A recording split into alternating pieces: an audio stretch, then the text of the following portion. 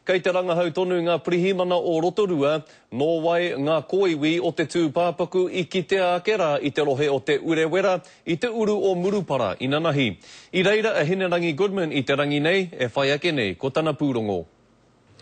Ki enei whenua ngahere o Mātera, te kaukiromita mai Murupara, nā te hunga whai poaka I ki te ngā kōiwi o tētahi tangata, kua hia ki te roa e takotoana ki konei. I couldn't say as to how he got here, but it would appear that the skeleton's certainly been here quite a long time.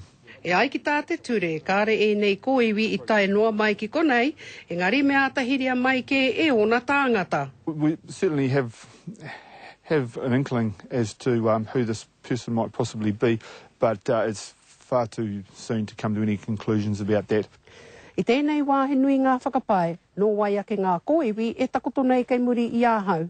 Arā ko e tahi e ki ana, mea kōhuru te tangata nei, ka hiria mai ki konei takoto ai. E tahi atu herere ke anō.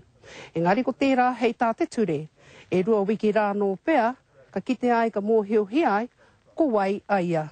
There's things with the way the skeleton is positioned that I can't go into that would make us believe that it's certainly not a natural death.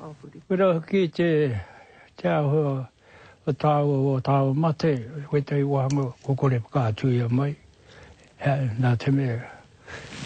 Hele reke anō te aho te mate o tēnā ne.